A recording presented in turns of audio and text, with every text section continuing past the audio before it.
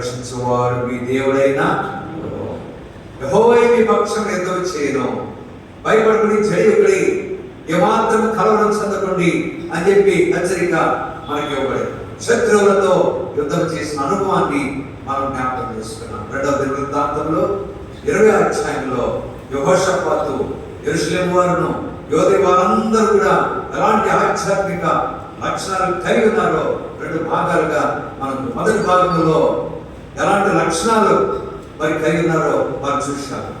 ఆ తర్వాత యెహోషాపాతు ఎలాంటి మనస్సు ఆయన కలిగి ఉన్నాడో అనే విషయాన్ని మనం 7 విషయాల్లో మనం జ్ఞాపకం చేసుకున్నాం. అలాగన మన జీవితంలో కూడా యెహోషాపాతు యోధావారు ఇశ్రాయేలు యొక్క ఆధ్యాత్మిక లక్షణాలు మనం కూడా కలిగి ఉండడం ద్వారా శత్రువులపై గొప్ప విజయాన్ని మనం పొందేవారు ఉంటాము.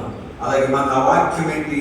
మిమ్మల్ని రక్షించేవాడు మీ దేవుడైన యెహోవాయే కనుక అన్ని విషయాలు కాపాడేవాడు, రక్షించేవాడు, తోడుగా ఉండేవాడు, సహాయం చేసేవాడు, ఆదరించేవాడు, అన్ని విషయాల్లో కూడా యోగ్యంగా నడిపించేవాడు యెహోవాయే.